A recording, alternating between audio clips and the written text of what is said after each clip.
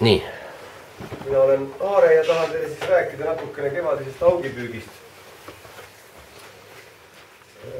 Ma saan nii aru, et täna on siis teemaks Võrtsjärves püük ja ütleme, et hästi sarnane on see püük kõikides madalamates järvedes, et praktiliselt see nagu püügimoodus toimub näiteks minu teada väga hästi Õisujärves, Võrtsjärves, ütleme igal pool, kus on nagu laiad madalad alad ja kus nagu kala hoiab sinna madalatesse. Ja ütleme nii, et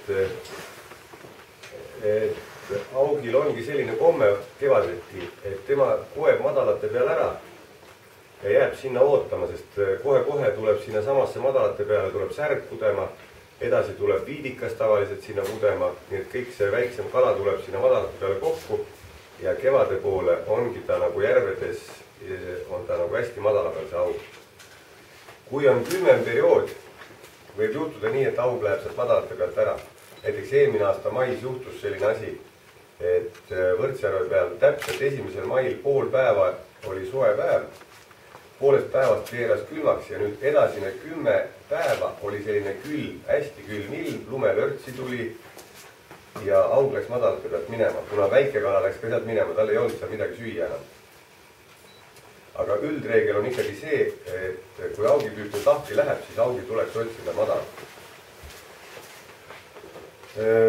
Minu kogemus näitab seda, et maikuuses isegi jõgedes läheb aug mingisugusel ajal, kui ilm läheb soojaks, läheb ära kärestike peale. Enne seda, kui on külmad ajad, istub aug sügavates aukudes ja nüüd nigu läheb soojaks, on aug kõik kärestike peal. Kuskil vooluvarjus ootab saaki, mis mööda ujub. Nii, sellest tulenevalt siis tuleks kasutada lante, mis on võimelised seal madala peal püüdma, eks ole. Need on esiteks on need rohkemad lantid kindlasti. Sellepärast, et vahel võib olla niimoodi Võrtsjärves eriti, et lant tuleb lisata kõrkjasse sisse ja hakata seda kõrkjast välja vedama. Ja aug istub seal kas nüüd seal kõrkja sees või täpselt seal piiri peal. Et see on nagu hästi spetsiifiline just kevadise püügi jaoks, et aug istub vanast kõrkjas sees ja ta tuleb sealt midagi välja püüda. Selle jaoks on meil siin terve hulk selliseid lante praegu, mida ma soovitaks nagu kasutada sellise püügi juures. Esmajärjekorras on need muidugi need Rabala minnospuunid.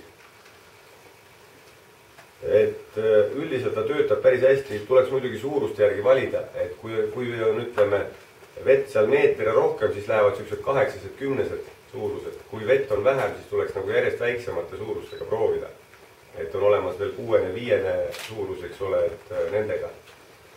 Ja mis on nende lantide hea omadus on see, et nad nagu väga harva jäävad kinni. Ainuke asi, kui te ostate selle landi, et siis tuleks see traat nüüd ära reguleerida. Siin on ta niipidi keeratud, näete, see kaar on nagu sissepoole tehtud. Aga spetsialistid soovitavad keerata nüüd selle traadi vastupidi kaarega. Praegu ta on nagu sissepoole kaar tehtud. Keerata see kaar väljapoole ja natuke kõrgemale konksust. Ja muidugi selle landiga tuleb olla ettevaatlik, kuna see materjal, mis siin nüüd, millest see kaar on tehtud siin, mis kaitseb konksu, see on küllaltki pehmest materjalist, et ärge teda niimoodi ilmaisata liigselt väänaka, ta lõpuks murdub ära. Aga muidu selline lant püüab väga hästi. Nii, siis on meil olemas, näete, selline lant, see on mitmeid aastaid olnud kevadise augipüügi hitt. Seda ostetakse hästi palju, teda näiteks meile tuleb muid lante, tuleb sisse, ütleme kuskil seal kuueringis, eks ole, siis seda lanti tuleb meil 30 tükki sisse. Seda ostetakse hästi palju kevadise augipüügi jaoks. Just see pressitud kergem lant, kui muidu on sellise suuruse juures lant kaalub kuskil, ütleme, 27-44 grammi, siis selline lant kevadiseks püügiks kaalub 19 grammi. Ta on hästi kerge, teda on võimalik aeglaselt vedada. Mis on kevadise augipüügi juures hästi oluline? Aug on meil uimane, aeglane, ta ei viitsi kiiresti liigutada. Nii kui te valite vale vedamiskiiruse, te kala ei saa. Ja mis on, ütleme nüüd, kõigi nende lantide omapära? Need plekid, see ja isegi kummilandid, mida te kasutate, et hästi aeglaselt tuleb neid lante vedada ja teha pause sisse. Sellepärast, et aug on ikkagi niivõrd inertne veel, et tema ei viitsi iga kord joosta selle liikuva landil järgi, tuleb lasta teha pausi ja lasta landil vajuda. Kõik need landid töötavad kõige paremini just pauside aeg. Võtted toimuvad enamuses pauside aeg. Kui te teete ühesõnaga vedamises pausi ja samal ajal land hakkab hästi selliselt nagu ahvatlevalt hakkab alla langema ülevalt. Mina ise teen tavaliselt, üldse mul on selline komme ka hilissügisel püüda. Teen 2 aeglast pööret ja siis lasen umbes 2 sekundit vajuda. Jälle 2 aeglast pööret, 2 sekundit vajuda. Ja tavaliselt toimub just võte selle pausi ajal. Nii, veel lantidest, mis on, ütleme, näiteks selline sama tüüp. See on jälle väga hea lant, kuus on mul välja mõeldud. Konks on nagu otse külge pandud talle. Kahel pool on sellised vuntsid, mis kaitsevad ära selle rohu eest. Selle asja väga hästi töötab varakevadeti. Enda kogemusega üle-eelmine aasta ma sain paari tunniga 25 augi. Sellise landi peale Võrtsjärvest. Kas kinnise konksuga lahti ei murra või? Ei murra, kusjuures. Tal on ikkagi need küllaltki tugevad need konksud siin, kui te vaatate seda jämedust ja kõike. Praktiliselt ära minekuid ei toimu. Näitati siia poole ka? Ma näitasin seda lanti. Nii. See on nüüd nagu selle kohta, mis on madalam teema. Praegu meil tulid sisse sellised uued landid, Rabala poolt tehtud landid. Mis on nende lantide omapära jälle? Kui te seda lanti aeglaselt veate, muidu teate, vooblerid käivad, ütleme nii, selles suunas nagu käivad, kui nad tulevad ja mängitavad, siis see tuleb, näete niimoodi, see lant. Ja mis minu kogemus näitab, et sellised landid sobivad väga hästi külma vette.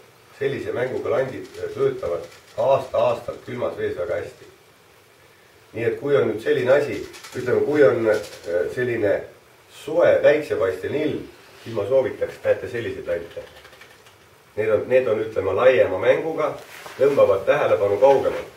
Kui on, ütleme, külmemad ilmad ja kui on kala praktiliselt siuke väheinetne, siis töötab selline mäng väga hästi. Ta tuleb sirgjoones praktiliselt ja tuleb niimoodi sellise liigutusega.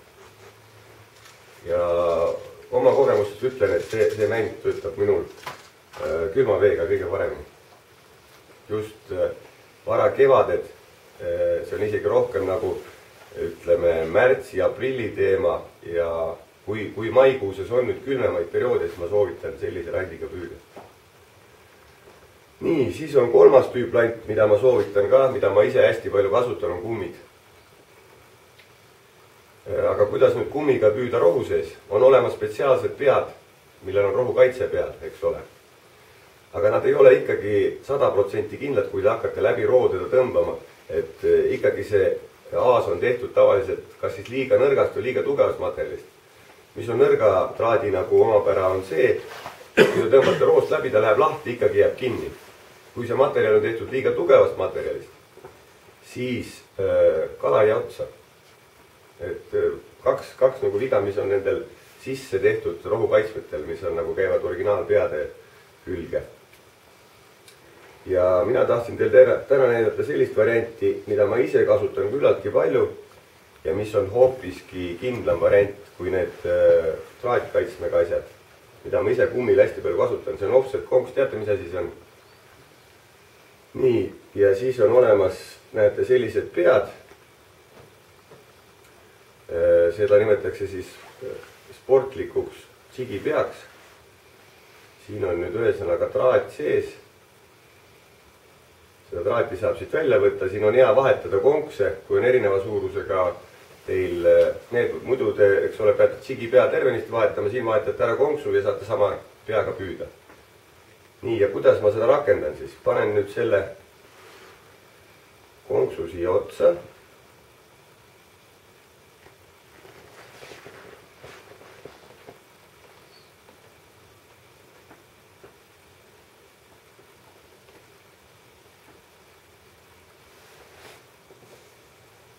Nii, võtta siia tina sisse. Ta ei peab nii pidi jääma. Ja ta peab üles poole see konks jääma. Nii, ja kummi pealepanek on ka väga lihtne siia. Muuda. Vaatate ära, kui pikk on see, näete see kõverikust edasi ulatuv osa nüüd kuni konksuaasani. Selle pikkuse järgi peate nüüd siit ülevalt suruma selle kummis selle konksu sisse ja kõhu poolt välja tooma. Panete keskelt ta sisse ja toote ta kõhu alt välja. Nii et näete, jääb see selline osa umbes sama pikk, kui on siin nüüd see kõveriku ees osa. Lükkate selle siia ilusti peale. Nüüd see kalakene jääb siia selle kõveruse taha pidama.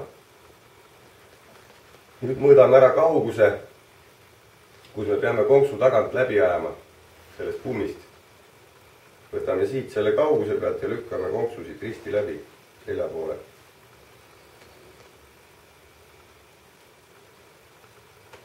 Nii näete nüüd, vot selline on nüüd rakendatud kala sellise püügi puhul.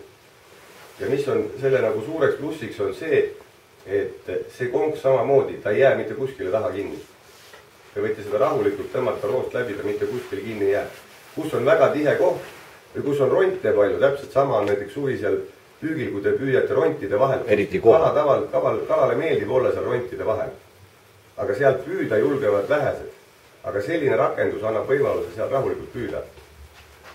Ja kui te püüate päris rontide vahel, siis ma soovitan kergelt seda kala niimoodi venitada ja konksu ots panna siia sisse kummile.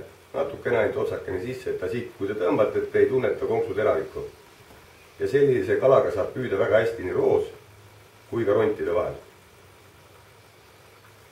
Et ta annab suure plussi, eriti kohapüügil suvel ja ka augipüügil, kus on ütleme rasked tingimused, kus on rohtu palju ja kus on siis palju veel kõrkjate sükest tugevamat asja.